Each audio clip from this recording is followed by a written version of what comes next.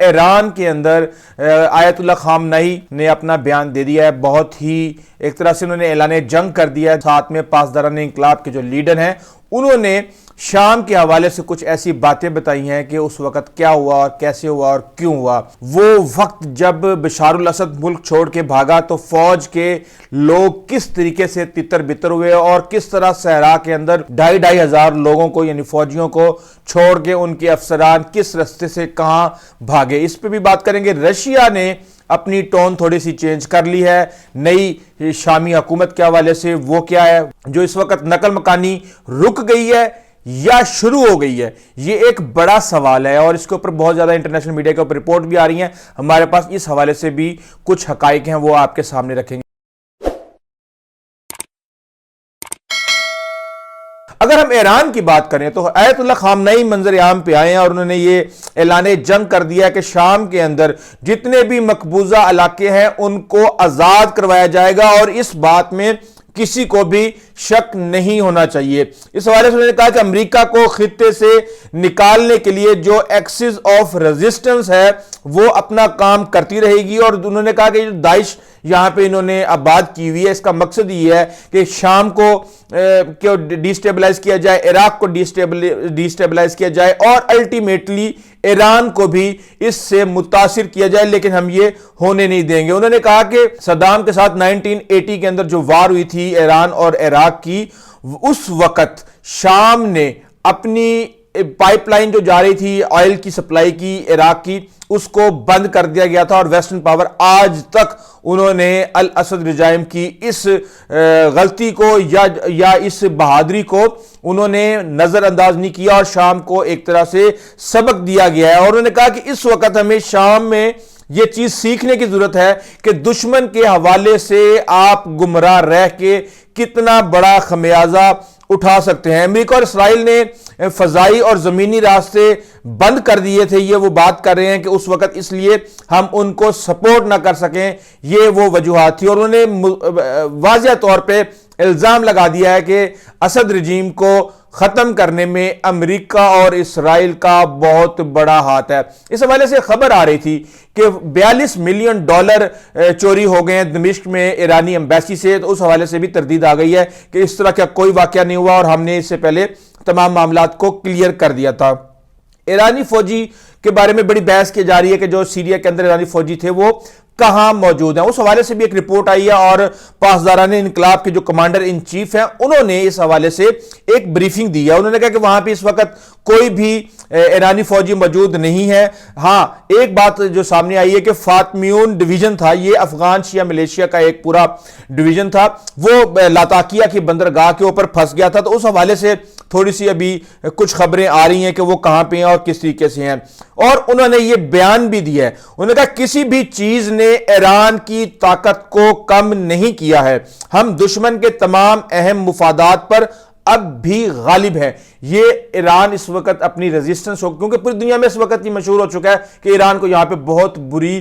شکست ہوئی ہے، اور اس حوالے سے ایران یہ چیز مینٹین کرنے کی کوشش کر رہا ہے کہ ہمارا ابھی اتنا نقصان نہیں ہوا لیکن ہم ان کو بھی ابھی نہیں چھوڑیں گے، اور یہ جنگ ابھی جاری رہے گی، اور جو ایکسس آف ریزسٹنس ہیں مڈل ایسٹ کے اندر وہ اپنا کام کرتے رہیں گے۔ اس حوالے سے اور بھی خبریں آ رہی ہیں کہ جب بشار الاسد شام سے بھاگے تو اس کے بعد جب فوج تو بالکل تتر بتر ہو گئی، ان کو یہ بات سمجھ ہی نہ آئی کہ جب ان کا لیڈر ہی بھاگ گیا ہے تو پیچھے کیا بچے گا۔ اب وہاں پہ ایک جگہ تھی، صحرا ہے دیر الزور، یہ صوبہ ہے اور وہاں پہ صحرا بھی موجود ہے، ویڈیو سامنے آئی ہے، 2500 ارکان وہاں پہ فوجی بے یار و مددگار وہاں پہ موجود تھے، اور جو حمایتی ملیشیا تھی وہاں پہ اہم فوجی افسران، فوجی شخصیات عراق فرار ہو گئے وہاں پہ، اور ان سب کو وہیں پہ رستے میں ہی چھوڑ کے چلے گئے۔ اس کے بعد پھر ہم نے دیکھا کہ وہ سارے کے سارے لوگ جو ہے کوئی کسی اسٹیشن کے اوپر گروپ اسٹیشن پہ چلا گیا، کوئی کسی اور گروپ اسٹیشن پہ چلا گیا، اور مختلف ٹکڑیوں کے اندر وہ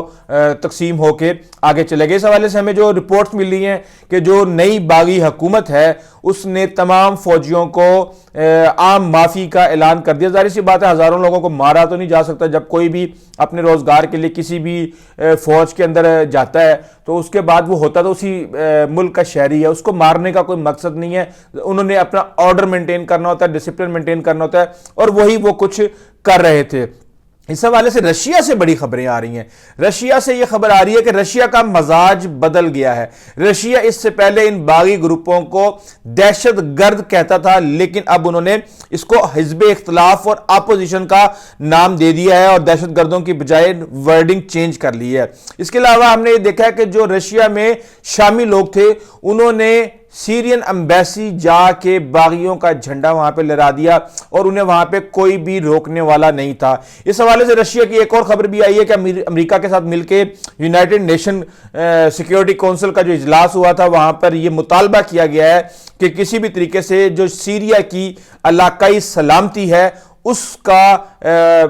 تصدق بحال کیا جائے، اس کا احترام کیا جائے۔ تو اس حوالے سے ہم نے دیکھا ہے کہ سعودی عرب نے بھی اس کی بڑی مذمت کی ہے جو اسرائیل حرکتیں کر رہا ہے، اور مصر نے بھی اس کی بہت زیادہ مذمت کی ہے۔ اس حوالے سے ترکی بھی اپنا ایک کردار ادا کر رہا ہے، اور ہم نے یہ دیکھا ہے کہ آیت اللہ خامنئی نے جہاں الزام لگایا ہے اسرائیل پہ اور امریکہ پہ، وہیں انہوں نے ترکی کے اوپر بھی الزام لگایا کہ ترکی بھی اس سارے مینوپولیشن کے اندر انوالو تھا، اور اس نے یہ رجیم ختم کرنے کے اندر ایک اہم کردار ادا کیا ہے۔ اس حوالے سے ہم نے دیکھا کہ قطر نے بھی شام کے اندر اپنی ایمبیسی کھولنے کا اعلان کر دیا، اور انہوں نے کہا ہے کہ جلد از جلد ہماری ایمبیسی وہاں پر ایکٹیویٹ ہو جائے گی تاکہ جتنی بھی امدادی کاروائیاں اور دیگر چیزیں ہیں ان کو جاری رکھا جا سکے۔ اچھا، اب سب سے بڑا سوال یہ پیدا ہوتا ہے کہ کیا نقل مکانی رک گئی ہے یا نقل مکانی شروع ہو گئی ہے؟ ہم یہ دیکھ رہے ہیں کہ جو لوگ اینٹی اسد رجیم تھے وہ لوگ پہلے نقل مکانی کر گئے تھے، لیکن اب جو پرو اسد رجیم تھے وہ بھاگے پھر رہے ہیں کہ ہم یہاں پہ